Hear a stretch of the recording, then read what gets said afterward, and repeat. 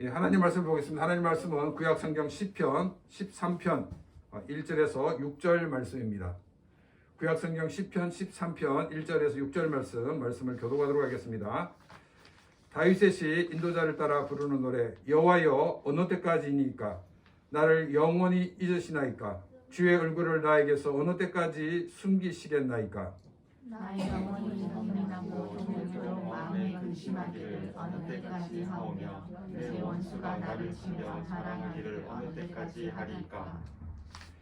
여호와 내 하나님이여 나를 생각하사 응답하시고 나의 눈을 밝히소서. 두렵건대 내가 사망의 잠을 잘까 하오며 두렵건대 나의 원수가 이르기를 내가 그를 이겼다 할까 하오며 내가 흔들릴 때 나의 대적들이 기뻐할까 하나이다. 나는 오직 주의 사랑을 의지하여 싸우니 나의 마음은 주의 구원을 기뻐하리이다. 내가 여호와를 찬송하리니 이는 주께서 내게 은혜를 베푸심이니이다. 아멘. 아주 믿음이 좋고 또 인품도 훌륭한 분을 보았을 때 이분은 아무런 근심 없이 사는 분이 아닌가 생각을 할 수 있습니다. 그런데 이런 분들도 이런 위치가 되기까지 수많은 어려움을 만났고 또 그 어려움을 믿음으로 이겨내었기에 사람들의 존경을 받는 그런 모습을 가질 수가 있게 된 것입니다. 많은 사람들은 이러한 사람이 되기까지 어떤 과정을 거쳤는가를 보지 않고 결과만을 보기 때문에 자신만 어려움을 겪고 있다고 생각들을 하는 것입니다. 또한 우리가 기억해야 되는 것은 뭐냐면 사람들이 존경할 정도로 성숙한 믿음의 사람이지만 이분들도 현재에도 위기를 여전히 만나고 있다는 것입니다. 과거에도 어려움이 있었고 또 현재에도 어려움이 있지만 믿음의 사람으로 흔들리지 않고 살고 있는 것입니다. 우리와 비교해 볼 때 우리나 존경을 받는 성숙한 믿음의 사람이나 똑같이 시련을 만났고 현재도 시련을 만나고 있다는 것입니다. 믿음의 초보일 때는 이 시련이 너무나 크고 또 성숙한 신앙이 되면은 시련이 작아지는 것이 아닙니다. 사실은 그 반대입니다.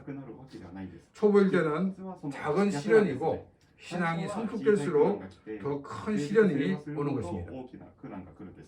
신앙이 초보일 때는 혼자 이 세상의 모든 고통을 다 받고 있는 것처럼 느끼지만은 이 신앙이 성숙한 사람이 받는 것과 비교를 보면 사실 너무나도 작은 것이라는 것입니다. 큰 파도를 경험해 본 사람들은 이 작은 파도를 신경 쓰지 않습니다. 그런데 처음 파도를 경험한 사람들은 작은 파도이지만 그 파도가 자기를 삼킬 것처럼 보여지기 때문에 자기가 제일 큰 고통을 받고 있다고 착각을 하는 것입니다. 또 우리는 어떻게 생각하냐면 우리들이 부자가 되면 고통이 줄어들 것이다 라고 생각하지만 성경은 뭐라고 얘기하고 있냐면 재산이 늘면 늘수록 더 근심이 많아진다 라고 말하고 있습니다. 재산이 늘면은 이 재산을 관리하는 데도 많은 신경을 써야 합니다. 자기가 잘 알지 못해서 이 다른 사람들에게 100% 맡기면 100% 망하게 됩니다. 많은 재산을 이렇게 모으는 것도 힘들지만 그 재산을 유지하도록 관리하는 것은 더 많은 지혜가 필요합니다. 재산이 많으면 물질적인 그런 관리하는 데만 또 신경을 쓰는 것으로 끝나는 것이 아니라는 것입니다. 아무리 많은 돈이 있어도 인간에게는 이 고독과 공허가 있는데 그 고독과 공허를 돈으로 채워줄 수가 없다는 것입니다. 우리가 종종 뉴스를 보고 있는 것이 뭐냐면 재벌 3세들이 어린 나이인데 이 마약을 하는 그런 것을 우리가 종종 보게 됩니다. 이것은 바로 그 속에 느끼는 고독과 공허가 그들이 돈을 통해서 채워줄 수 없다는 것을 우리에게 보여주고 있습니다. 또 우리들이 생각할 때 물질적 풍요 속에서 느끼는 그와 같은 이 고독과 공허는 이 세상에 어떤 것으로도 채워지지 않는다는 것입니다. 왜냐하면 이미 물질이 채워져 있기 때문입니다. 신앙이 좋은 사람도 또 이제 신앙을 시작하는 사람도 재산이 많은 사람도 또 재산이 없는 사람도 우리가 이 땅에 살고 있는 이상 우리는 많은 문제를 만나고 또 많은 고민에 빠지게 된다는 것입니다. 믿음을 가지지 않은 많은 사람들은 이 물리적인 그런 어려움에 좌절하고 또한 정치적인 어려움에 방황하는 삶을 사는 것입니다. 하나님을 믿는 사람도 하나님을 믿지 않는 사람도 모두 같은 환경에서 살고 있습니다. 그 어느 누구도 예의가 없습니다. 이런 환경에서 믿음의 사람들은 어떻게 어려움을 이겨내고 승리하는가를 오늘 시편 13편 말씀을 통해서 함께 생각을 해보고자 합니다. 1절 말씀입니다. 다윗의 인도자를 따라 부르는 노래. 여호와여 어느 때까지니까 나를 영원히 잊으시나이까 주의 얼굴을 나에게서 어느 때까지 숨기겠나이까. 이 시편도 다윗의 시편이라고 말하고 있습니다. 다윗은 골리앗을 죽인 전쟁의 영웅이지만은 이 사울의 시심 때문에 도망을 다니는 그런 신세가 되었습니다. 사울이 죽고 난 다음에 다윗은 먼저 이 유다 지파의 왕으로 7년간을 통치하게 됩니다. 그리고 나머지 이 33년을 이스라엘의 12지파의 모든 지파의 왕으로서 통치를 하게 됩니다. 이스라엘 역사 가운데 다윗의 아들인 이 솔로몬 시대가 가장 번영한 시대라고 말을 할 수 있습니다. 근데 이 솔로몬이 성전을 건축하고 또 왕궁을 지을 수 있고 최고의 번영한 나라가 되도록 이 사전에 작업을 한 사람이 바로 다윗입니다. 다윗은 솔로몬 시대가 오도록 준비를 했던 사람입니다. 다윗의 이런 준비가 없었다면 솔로몬 시대는 올 수가 없었을 것입니다. 다윗은 사울에게 쫓기는 그런 삶도 살았고 또 이스라엘 왕으로 다음 세대를 준비하는 그런 위대한 왕의 삶도 살았습니다. 이러한 다윗이 고난을 만날 때 그리고 이 고난이 지속될 때 하나님이 나를 잊어버리신 것 같은, 하나님이 마치 숨어 계신 것 같은 그런 표현을 하고 있는 것을 우리는 보게 됩니다. 사실 이 표현은 다윗이 아주 고상하게 표현한 것입니다. 우리 수준에서 표현한다면 하나님 나를 버리신 게 아닙니까?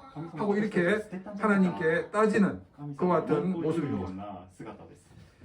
하나님이 나를 버리신 것 같지만은 깊은 절망감이 찾아올 때 다윗은 자신의 감정을 하나님께 숨기지 않았습니다. 하나님께 하나님에 대하여 느끼는 자기의 느끼는 그 감정을 솔직하게 말씀을 드리고 있습니다. 솔직하게 얘기한다고 해가지고 예의 없이 또 무례하게 말하는 것이 아니었습니다.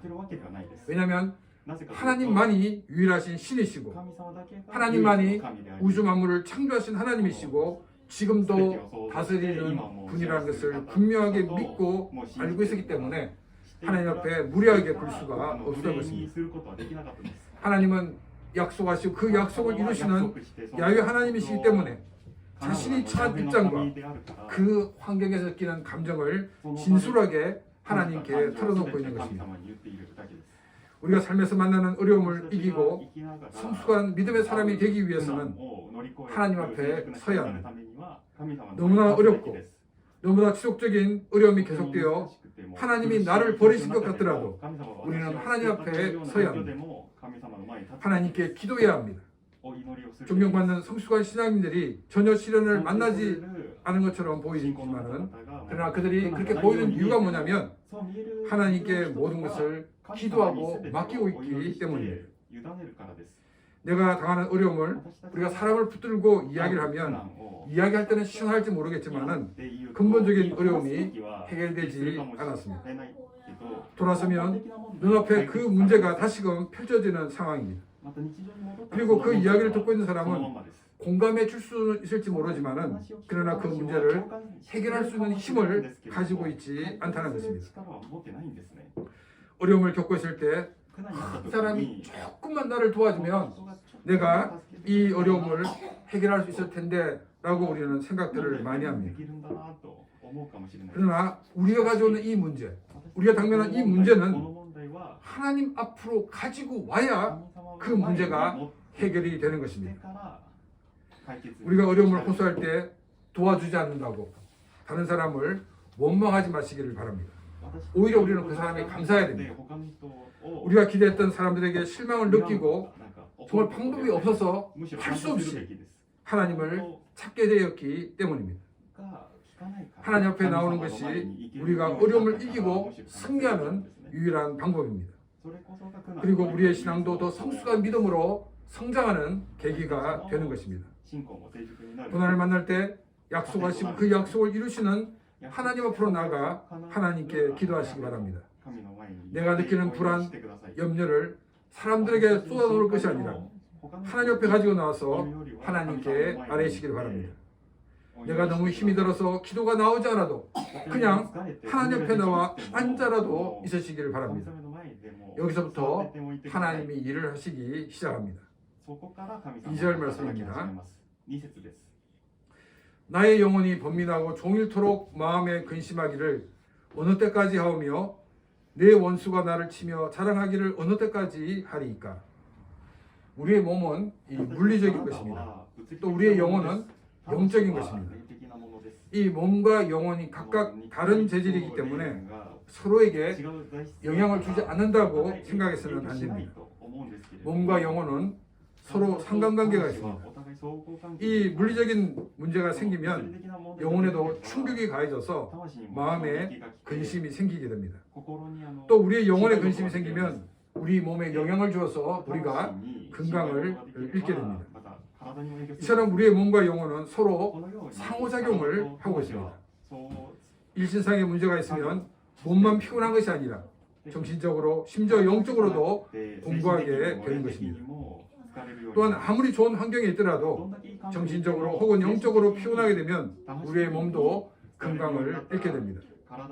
다윗이 말하는 영혼의 고민, 또 마음의 근심은 정신적이고 영적인 것만을 말하는 것이 아니라 일상의 문제, 그리고 정신적이고 심리적인 문제들까지, 그리고 영적인 모든 문제들까지 말하고 있습니다.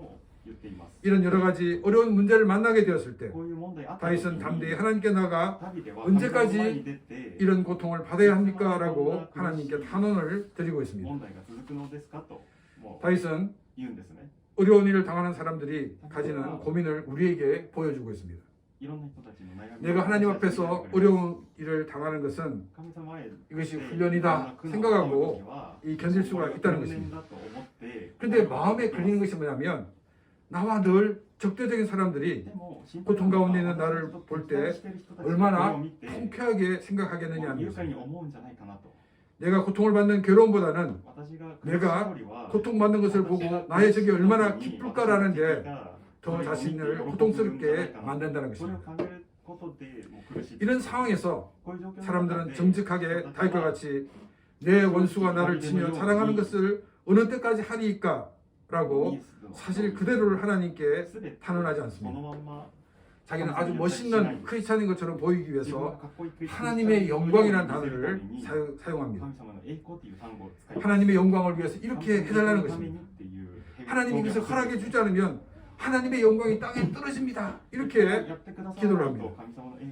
그런데 엄밀하게 따져보면 그 일이 해결되지 않으면 내가 부끄러운 일이고 내가 적들 앞에서 고개를 들지 못하는 일들이라는 것입니다.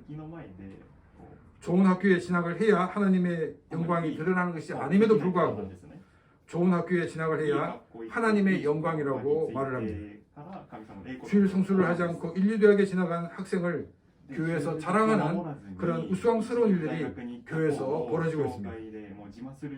또 성경의 원리대로 살았는데 성공하지 못한 사람을 우리는 무시합니다. 성경의 원리를 버리고 세상의 원리에 충실하여 성공한 사람을 교회에서는 우대합니다. 성공한 사람이 하나님의 영광을 드러낸다고 생각하기 때문입니다. 이러한 생각은 교회 지도자들의 생각이 성경적인 생각이 아니기 때문입니다. 너무나도 신학적인 그런 가치관을 가지고 있기 때문에 이러한 행동이 나오는 것입니다. 교회의 지도자가 신학적인 가치관을 가지고 있으면 그 교회는 순식간에 세속화되어 버리고 많은 것을 우리는 종종 보게 됩니다. 전임 목사님이 계실 때는 아주 성경적인 교회로 손꼽는 그런 교회였는데 목사님 바뀌고 난 다음에 교회가 지속적으로 바뀐 교회가 많이 있는 것을 우리가 보게 됩니다. 하나님의 영광이 아니라 자신의 영광을 위한 일을 하나님의 영광이라고 우리는 거짓말을 해서는 안 되는 것입니다. 다윗은 자신이 적으로부터 겪고 있는 어려움과 그 적들이 자신이 당하고 있는 어려움을 가지고 떠들고 다니는 것을 언제까지 하나님께서 보고 계실 것입니까? 라고 하나님께 탄원을 하고 있습니다. 1절은 하나님과의 관계에서 하나님이 천천히 역사하시는 것에 대해서 느끼는 섭섭함을 얘기하고 있다고 그러면 2절은 사람과의 관계에서 느끼는 그런 비참함을 말하고 있습니다. 우리가 하나님의 영광이라고 표현할 것이 아니라 솔직히 내가 부끄러움을 당하지 않도록 내가 적들에게 비참함을 느끼지 않도록 우리는 자신의 감정을 적들을 향해서가 아니라 하나님께 솔직히 털어놓아야 한다는 것입니다. 내가 하나님이 아닌 상대방에게 말을 뱉는 그 순간 그 사람과 화해의 길은 묘연해지는 것입니다. 사람들이 사는 가운데 평생 원수로 지낼 수는 없습니다. 언젠가는 만나 다시 손을 잡아야 할 때가 있습니다. 지금 당장 원수처럼 지낸다고 할 말 못할 말 다 하면은 손을 잡아야 할 때 정말 걷어내야 되는 앙금이 더 많아질 뿐이라는 것입니다. 사람들의 감정의 골이 깊어진 것을 상대방에게 말하는 것이 아니라 하나님께 나와서 하나님께 고백하시기 바랍니다. 이것이 우리가 이 땅을 살아가는 지혜의 하나의 방법입니다. 3절입니다. 여호와 내 하나님이여 나를 생각하사 응답하시고 나의 눈을 밝히소서. 두렵건대 내가 사망의 잠을 잘까 하오며. 다윗은 야훼 하나님의 이름을 부르면서 나를 생각하사 응답해 달라고 하나님께 간청을 드리고 있습니다. 약속하시고 그 약속을 이루시는 하나님께서 나에게 은혜를 베풀어 주셔서 이 어려움을 이기게 해달라고 하나님께 기도를 드리고 있습니다. 어떤 목사님들은 뭐라고 말씀하시냐면 이 자식들이 아버지에게 달라고 할 때 아주 당당하게 달라고 하지 않느냐, 뭐 이제 아들이 주저주저 하면 그것은 아들이냐 이렇게 말씀을 하면서 하나님께 기도할 때 당당하게 보여라 이렇게 이야기를 합니다. 그런데 자녀가 부모에게 당당하게 해달라고 말할 수 있을 때는 사실 아무것도 모르는 어린아이 때만 사실 가능합니다. 점점 자라면 자랄수록 부모님께 자식들은 당당하게 해달라고 말할 수가 사실 없습니다. 나이가 든 자녀가 부모님에게 아니 그 어차피 나에게 돌아올 재산 아닙니까? 그러니까 뭐 저에게 재산 미리 주십시오 이렇게 말한다면 그것은 예수님께서 말씀하신 탕자의 비유 가운데 있는 그 탕자와 다를 바가 없다는 것입니다. 모든 것이 부모님의 사랑에서 베풀어지는 것입니다. 어릴 때야 마음대로 구할 수 있지만은 좀 철이 들면 들수록 우리는 부모님께 더 조심하게 대하고 또 부모님에게 내가 뭘 받을까가 아니라 내가 부모님께 무엇을 드릴까라고 생각하는 것이 성숙한 사람의 모습입니다. 하나님과의 관계에도 마찬가지입니다. 내가 하나님으로부터 얼마나 큰 은혜를 받았는가를 알아야 합니다. 나의 인생에서 가장 큰 은혜를 받은 것은 죄 가운데 죽었던 내가 하나님의 은혜로 구원받아 하나님의 자녀가 된 것입니다. 이것이 우리 인생에 너무나도 중요한 것입니다. 그런데 이 엄청난 구원을 받았음에도 이걸 생각하지 않고 하나님 이것 주세요, 저것 주세요 당당하게 구할 수 없다는 것입니다. 우리는 겸손한 모습으로 하나님 앞에 서야 됩니다. 저도 이제 어릴 때부터 기도에 대해 배운 거는 조금 전에 말씀드린 그런 스타일이었습니다. 이제 예찬이가 이제 대학에 진학을 해서 독교 쪽으로 가게 되었습니다. 이제 목사가 돈이 없고 선교사가 없는 돈이 없는 그런 입장입니다. 근데 이제 도쿄에 아이를 보내는 것 자체가 쉬운 일이 아닙니다. 그래서 제가 아무도 가지고 있지 않기 때문에 하나님께 기도했습니다. 하나님, 제가 지금 일본에 선교사로 와 있는 게 아닙니까? 내가 누구 때문에 와 있습니까? 그러니까 하나님, 예찬이 책임져 주십시오 하고 막 이렇게 당당하게 기도를 했습니다. 그때 말씀을 묵상했는데 묵상했던 말씀이 시편 123편입니다. 제가 말씀을 읽어보겠습니다. 하늘에 계시는 주여, 내가 눈을 들어 주께 향하나이다. 상전의 손을 바라보는 종들의 눈같이, 여종의 손을 바라보는 여종의 눈같이 우리의 눈이 여호와 우리 하나님을 바라보며 우리에게 은혜 베풀어 주기를 기다리나이다. 여호와여, 우리에게 은혜를 베푸시고 또 은혜를 베푸소서. 심한 멸시가 우리에게 넘치나이다. 안일한 자의 조소와 교만한 자의 멸시가 우리 영혼에 넘치나이다. 저는 이 말씀을 보면서 저의 교만과 저의 무지를 하나님께 회개하였습니다. 특별히 저에게 부르시던 말씀은 2절 말씀입니다. 상전의 손을 바라보는 종들의 눈같이, 여주인의 손을 바라보는 여종의 눈같이 우리의 눈이 여호와 우리 하나님을 바라보며 우리에게 은혜 베풀어 주기를 기다리나이다. 종들이 밖에서 열심히 일을 하고 집으로 돌아왔습니다. 그러면서 뭐라고 합니까? 주인에게 주인어른 빨리 밥 차려주세요 이렇게 말할 수도 없다는 것입니다. 종은 밖에서 열심히 일을 하고 돌아와서 이제 주인이 뭘 원하고 있는지, 뭘 하기를 원하고 있는지 눈치를 보면서 주인이 원하는 일을 알아서 해야 하는 것입니다. 이제 일을 마치고 자기의 집으로 돌아가야 됩니다. 자기 집에 돌아가면 아이들이 기다리고 있습니다. 지금 내가 주인으로부터 먹을 것을 받지 못하면 아이들은 굶게 됩니다. 주인에게 내가 오늘 일했으니까 제가 일한 만큼 주십시오라고 종은 말할 수가 없다는 것입니다.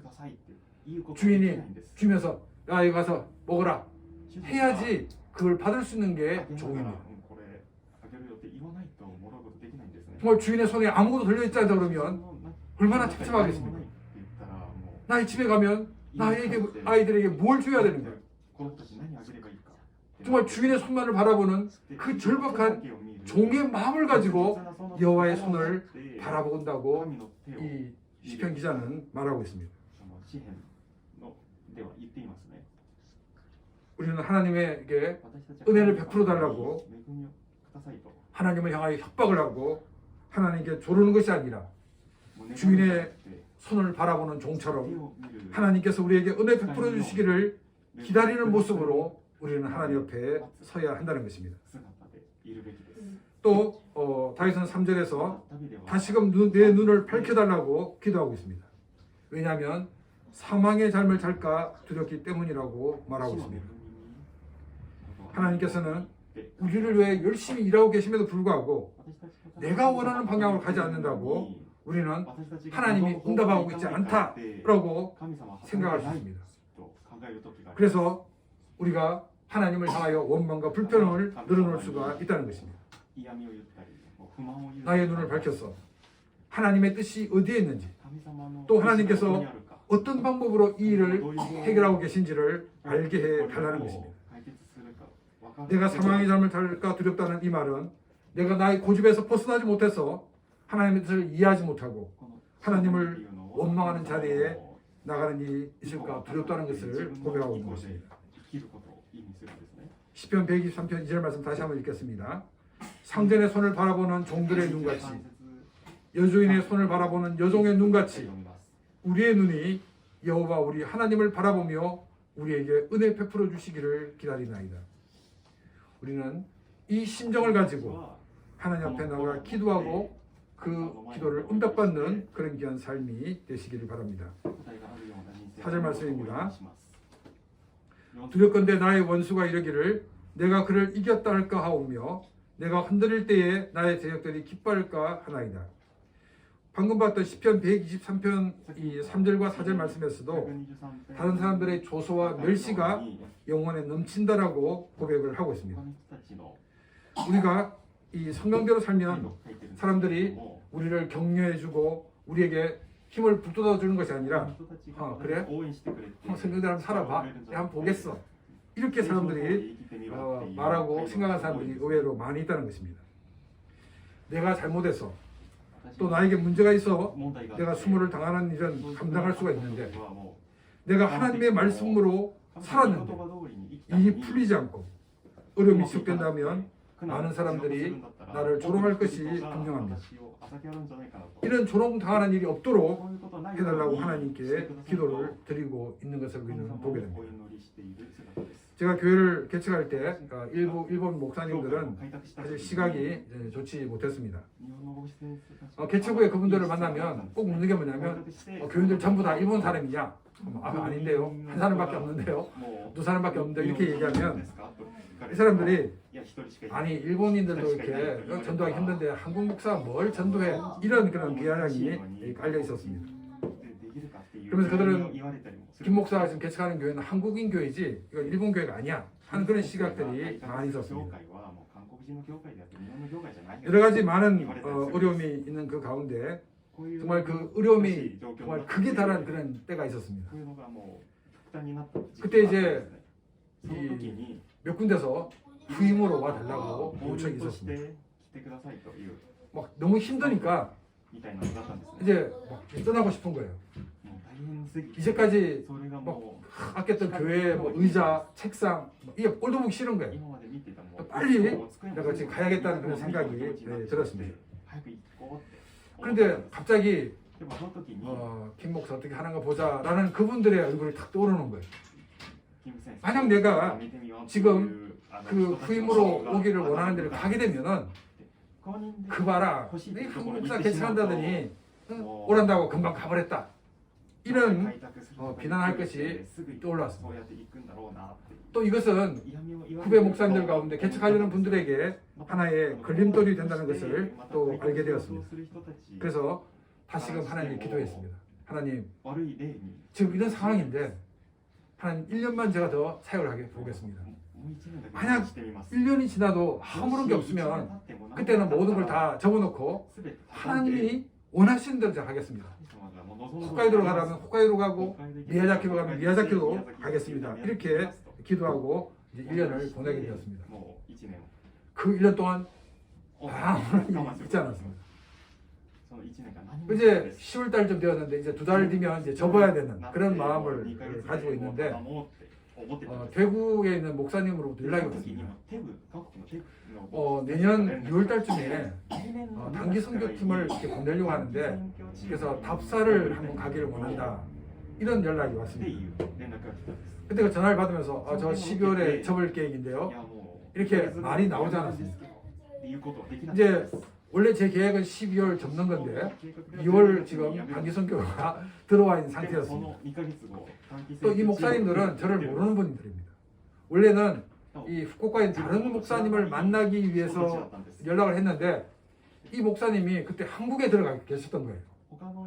그러니까 지금 이제 이미 티켓팅은 다 해놨지. 이제 후쿠오카 가야 되는데 지금 알 사람이 없습니다. 그래서 저희 교단의 선교 본부에다 연락을 한 거예요. 그게 이제 후쿠오카 그럼 김용민 목사하고 제가 연결해 줍니다. 그래가지고 그분들을 이렇게 만났는데 그때 같이 오신 분 한 분 중에서 아주 젊었을 때부터 교회를 개척하신 그런 분이 계셨습니다. 이분이 제 옆에 앉으셔가지고 하는 얘기가 아이고 요즘 젊은 목사들은 이해가 되지 않는다고. 교회가 무슨 슈퍼마켓이야? 이러시는 거예요. 그래서 아니 목사님 무슨 말씀이에요? 아니 요즘 젊은 목사들은 교회를 개척해서 3년 돼가지고 아무 결과가 없으면 그걸 접는다고 얘기하는데 교회가 자기 거냐고. 아니 교회를 개척하는 게 자기 의지로 개척한 게 아니고 하나님께서 개척하게 하셨으면 접는 것도 하나님이 하시는 거지 왜 지가 지 마음대로 교회를 접냐고 이렇게 말씀을 하시는 것이었습니다.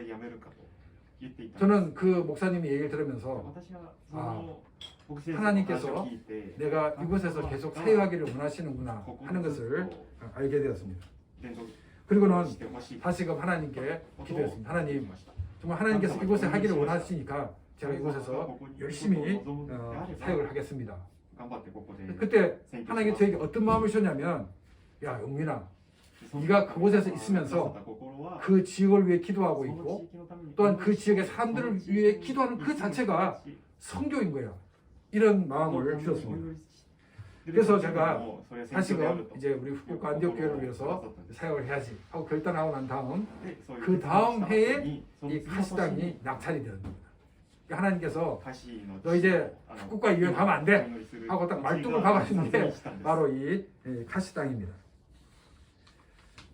제가 정말 이렇게 그 목사님들의 얼굴이 떠오르지 않았다 그러면 牧師先生たちの顔が思い浮かばなかったら 보따리 싸고 다른 곳에 多分 가 있을 것입니다. 他のところの教会の公認として行って 그런데 いるはずです 그분들의 시선이 で 생각나가지고 もその方々の 제가 視線 이를 더 이상 추진하지 못하고 もう 다시금 돌아보는 시간을 もう一 가졌습니다. 度振り返る時間を持ったんですね 그분들이 시선 때문에 내 마음이 상할 수도 その方々の 있지만은 視線で 그것 때문에 気づくかもしれない 내가 다시금 하나님 말씀을 でも 돌아보고 もう一回 하나님의 神様の御言葉を 약속을 振り返って 붙들 수가 있다는 장점도 있다는 사실입니다. 振り返る時間になった 우리는 하나님의 말씀 때문에 망하게 될까 우리는 두려워할 필요가 없습니다. 내가 하나님의 말씀을 붙들었는데도 아무런 것이 없고 망해간다 하더라도 이것은 하나님이 오히려 나를 위하여 일하시는 계기가 된다는 것입니다. 요셉에 대해 여러 번 말씀을 드려도 잘 알고 계십니다. 요셉은 형들에게 그 배신을 당하고 이집트의 노예로 팔려갔습니다. 그리고 이 보디발이라는 군대 장관 집에서 일을 하게 됐는데 워낙 일을 잘하니까 이 집 전체를 관리하는 사람이 되었습니다. 그런데 얼굴도 잘생기고 그러다 보니까 이 보디발의 아내가 유혹을 한 것이었습니다. 이때 이 요셉은 보디발의 아내에게 이렇게 얘기합니다. 큰 악을 향하여 하나님께 죄를 지으리까. 그리고는 단호하게 거절하였습니다. 근데 이제 이 보디발 아내가 어떻게 계획을 세우냐면 사람을 다 내보내고 요셉만 자기 집에 오게 하였습니다. 그리고 다시금 유혹을 하였습니다. 이 요셉은 그 유혹을 뿌리치고 밖에 나가는데 이 아주머니가 옷을 붙잡고 늘어지는데 그 옷까지 그냥 벗어버리고 나왔습니다. 이 요셉은 그 보디발 아내의 가짜 미투 때문에 이제 그 감옥에 갇히게 되었습니다. 하나님 말씀을 지키기 위해서 결국은 옥에 갇히게 되었다는 것입니다. 차라리 그 보디발을 부인하고 이상한 일을 했다 그러면 이런 일까지 벌어지지 않았다라고 생각을 할 것입니다. 완전히 바닥에 떨어졌습니다. 종이 이 여주인을 이 강간하려다가 범인으로 잡혀서 감옥에 온 시세였기 때문에 요셉은 더 이상 미래가 없는 상황 속에서 살게 되었습니다. 많은 사람들은 웃기고 있는데 저거 하나님 뜻 찾다가 저렇게 된 거 아니야? 이렇게 이야기하는 사람들도 많이 있었습니다. 그런데 요셉이 옥에 갔기 때문에 한순간에 이집트의 총리가 되었습니다. 이집트의 넘버 2가 한순간에 될 수가 있었습니다. 여러분 모든 일은 끝까지 가봐야 됩니다. 지금 우리가 고난받는 것은 바로 이 끝 지점이 아니라는 것입니다. 우리는 중간 지점에 있다는 것입니다. 말씀을 붙들고 있기 때문에 그것 때문에 우리가 실패하더라도 우리는 두려워할 필요가 없습니다. 우리가 말씀을 붙들고 나갈 때 감옥까지 떨어진 이 요셉으로 하여금 아무 소망이 없는 요셉으로 하여금 하나님께서 이집트의 총리로 세우신 것처럼 하나님은 하나님의 방법대로 우리에게 놀라운 기적을 일으키신다는 것입니다. 이 하나님을 기대하면서 우리가 끝까지 말씀을 붙들고 승리하는 그런 귀한 삶이 되시기를 바랍니다. 5절 말씀입니다. 나는 오직 주의 사랑을 의지하여 싸우니 나의 마음은 주의 구원을 기뻐하리이다. 다윗은 하나님의 말씀을 붙드는 것 때문에 어려움을 당해도 기쁨으로 어려움을 당할 수 있었던 것은 주님의 사랑을 의지했기 때문이라고 말하고 있습니다. 하나님께서 이런 고통을, 이런 고난을 허락하신 데는 하나님의 목적이 있다는 사실을 다윗은 분명하게 알고 있었습니다. 고난을 탓하고 또 그 고난을 내리신 하나님을 원망하는 것이 아니라 나를 사랑하시는 하나님을 더 의지하였다는 것입니다. 나를 사랑하시는 하나님이 이 길을 걷게 하신 것은 하나님이 의도하신 목적이 있다는 것을 믿고 다윗은 그 어려움을 이겼다는 것입니다. 다윗은 나의 삶에서 어떤 문제가 해결되어지고 自分 또 어려움을 人生の中で 어려움을 이겼다는 그 기쁨보다는 解決する 더 っていう 큰 喜びよ 기쁨이 りは 있었습니다. もっと大きな喜びが 그것은 あったんです。それは 내가 하나님의 은혜로 구원받았다는 것입니다. 神様の恵みによって 이것이 救われたっていう 하나님이 ことなんですね。 우리에게 주신 최고의 선물입니다. これは神様 우리가 부자가 되고 私たちにくださった 또 주어진 一番の 일에 恵みなんです。 성공하는 것은 다 부수적인 것입니다. もういい学校 다윗은 行ったり職場に行ったり 무엇이 우리 인생에서 가장 메인인 것을 알고 있었습니다. 一番メイン 우리의 인생에서 一番大事な 하나님의 관계에서 제일 메인인 것은 내가 죄에서 구원받아 하나님의 자녀가 되었다는 救わ 것입니다. れて神様の 나머지는 다 부수적인 から 것들이었습니다. 救われた 아직 성숙하지 않은 성도들은 まず 무엇이 메인인지를 모르기 때문에 信徒たち 이 は 세상 사람들과 わかんないから 비교하여서 하나님을 원망하게 되는 것입니다. 比べて神様を 우리 인생의 가장 중요한 文句を言うん 것은 です 우리가 죄에서 구원받아 하나님의 자녀가 된 것임을 우리가 기억하면서 神の子 나를 구원하시고 나를 하나님의 자녀로 삼아주신 を 하나님께 감사를 드리는 삶이 되시기를 바랍니다. 人生を歩むこと 6절 말씀입니다. 6節 내가 여호와를 찬송하리니 이는 주께서 내게 은덕을 베푸심이로다. 다윗은 야훼 하나님의 이름으로 찬양을 드리고 있습니다. ヤハウェ神の 약속하시고 그 약속을 반드시 이루시는 賛美を 하나님이심을 다시 한 번 더 느꼈기 때문입니다. 그래서 다윗은 주께서 내게 은덕을 베푸십니다라고 찬송의 이유를 말하고 있습니다. 여기 은덕을 베풀었다는 이 말은 일본어 성경에서는 보답을 하였다라고 번역이 되어 있습니다. NASB New American Standard Bible에서는 나를 후하게 대우하셨다라고 번역하고 있는데 이 번역이 이 원문 번역에 가깝습니다. こっちの方が元の 내가 구원이 얼마나 중요한 것임을 알고 나니까 하나님이 나에게 얼마나 잘 대해주셨는가를 알게 되었기 때문에 하나님을 찬양한다라고 고백을 하는 것입니다. 나에게 이런 어려움이 없었다면 하나님의 은혜를 알지 못했을 것이고 하나님이 나에게 주신 그 구원이 얼마나 큰 것인 걸 알지 못했을 것이기 때문입니다. 우리의 삶에서 만나는 그 고난은 단순한 고난이 아니었습니다. 그 고난을 통해서 나를 성숙시켜 나가시는 하나님의 손길이었다는 것을 우리는 알 수가 있습니다. 하나님의 말씀을 붙들고 산 것 때문에 내려막길을 걷게 되어도 우리는 사람들의 그 조롱에 우리는 두려워할 필요가 없습니다. 요셉과 같이 한순간에 하나님은 나를 높여주실 것이기 때문입니다. 그리고 우리는 나를 구원하셨기 때문에 나를 성숙하게 만들어 가시는 그런 하나님을 의지하면서 믿음으로 이 모든 것을 이기며 승리하는 그런 귀한 삶이 되시기를 바랍니다. 이것을 아는 것이 우리에게 더 성숙한 신앙이 되어지고 또 더 훌륭한 사람이 될 수가 있다는 것입니다. 이것을 아는 방법은 우리가 하나님께 기도하는 것입니다. 고난을 받을 때 정말 고난이 너무 심해서 정말 기도할 힘이 없더라도 우리는 정말 하나님 앞에 나가 있기라도 해야 한다는 것입니다. 우리가 하나님 앞에 나와게 될 때 하나님은 일하기 시작합니다.